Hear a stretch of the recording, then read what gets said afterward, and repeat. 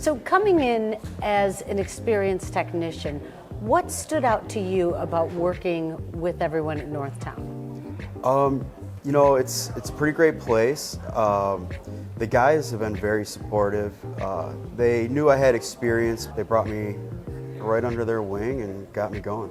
What's something that surprised you about working at Northtown?